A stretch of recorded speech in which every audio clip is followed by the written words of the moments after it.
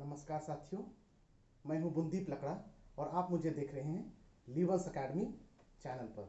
साथियों, आज मैं आप लोगों के साथ में एक महत्वपूर्ण टॉपिक के ऊपर चर्चा करने वाला हूं और वह है मानवीय उद्भव के दृष्टिकोण, views on the origin of human beings. एक ह्यूमन बीइंग होने के नाते निश्चित रूप से आपने सोचा होगा कि मनुष्यों की उत्पत्ति कैसे हुई, इसको लेकर क्या क्या दृष्टिकोण है। निश्चित रूप से आप किसी एक धर्म को मानते हैं, उस धर्म के हिसाब से मनुष्यों की उत्पत्ति कैसे हुई उसकी एक अलग कहानी होगी, बाकी धर्मों की अलग कहानी होगी और पुस्तकों में भी कई तरह की बातें कही जाती है। और इसीलिए अध्ययन की सुविधा के लिए इतिहासकारों ने, विद्वानों ने मानवीय उद्भव के दृष्टिकोण को दो भाग में बांटा है। पहला है धार्मिक दृष्टिकोण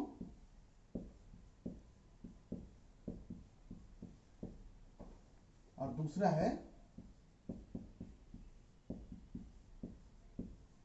वैज्ञानिक दृष्टिकोण।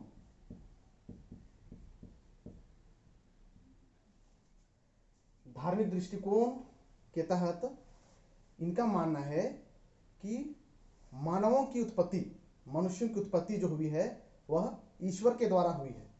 जिस तरह से बाकी वस्तुओं का या तो बाकी रचना का ईश्वर ने सृजन किया, उसी प्रकार से मनुष्य को भी ईश्वर ने ही बनाया है। वहीं वैज्ञानिक दृष्टिकोण रखने वालों का मानना है कि मनुष्यों की उत्पत्ति, मानव उद्भव जो है वह किसी ईश्वर की रचना नहीं है, लेकिन यह रासायनिक एवं भौतिक अभिक्रिया के फलस्वरूप हुआ है और समय के साथ में यह विकसित हुआ है, ऐसा वैज्ञानिक दृष्टिकोण रखने वालों का मानना है। धार्मिक दृष्टिकोण जो है वह प्राचीन दृष्टिकोण है। एकदम से शुरुआत से ही यह माना जाता था कि मनुष्य जो है उसको ईश्वर बनाया है और यह कई वर्षों तक, कई शताब्दियों तक ऐसा चलता रहा था। लेकिन आधुनिक युग में आने के बाद जब वैज्ञानिकों ने कई तरह की खोजें की, कई तरह के शोध किए, कई तरह के सिद्धांत प्रस्तुत किए और तत्पश्चात उन्होंने यह माना कि मनुष्यों की जो उत्पत्ति हुई है वह रासायनिक एवं भौतिक अभिक्रिया के फलस्वरूप हुई है और यह ईश्वर की रचना नहीं है। लेकिन शुरुआती जो मानव थे वे धर्म के प्रति बहुत ज्यादा जुड़े हुए थे। धर्म के खिलाफ में कुछ बातें कहना उनके आस्था को कचोटता था, तो उसको ये लोग स्वीकार बिल्कुल भी नहीं कर सकते थे। इसलिए जो शुरुआती वैज्ञानिक जो हुए, जिन्होंने इस तरह की बातें कही कि यह ईश्वर की रचना नहीं है, मानव ईश्वर की रचना नहीं है, तो उनको बहुत ज्यादा मुश्किलों का सामना करना पड़ा। जो धार्मिक लीडर्स लोग थे या तो पूरी जनता हम कह सकते हैं जो गहरी आस्था रखती थी, उनसे बहुत ज़्यादा इनको सामना करना पड़ा। लेकिन समय के साथ में वैज्ञानिकों की खोजें बढ़ती गई, उस पर लोगों का विश्वास बढ़ता गया और तब जाके यह जो दृष्टिकोण है यह लोगों के बीच में और मजबूती के साथ में प्रसारित होता गया। ठीक है। और दूसरा जो आज का महत्वपूर्ण टॉपिक है, और हमारा जो दूसरा टॉपिक है वह है पृथ्वी पर जीवन की शुरुआत, origin of life on earth. निश्चित रूप से कभी कभी आप लोगों ने सोचा होगा कि हम में जीवन की शुरुआत कैसे हुई।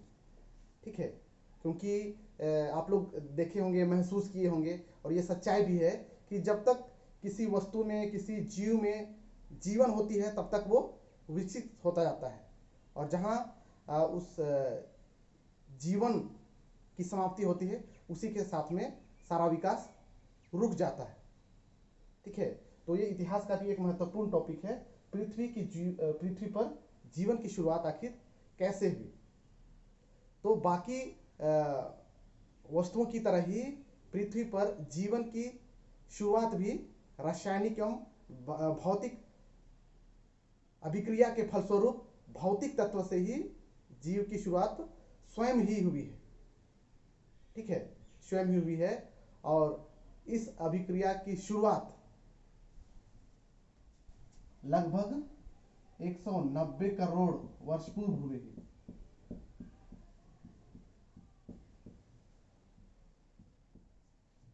190 करोड़ वर्ष पूर्व हुई है। अलग अलग पुस्तकों में थोड़ा सा अलग अलग होगा, लेकिन इसीलिए इसको लगभग में कहा गया है।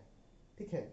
और जिस वस्तु में सबसे पहले जीवन की शुरुआत हुई उसको माना जाता है साइनोबैक्टीरिया।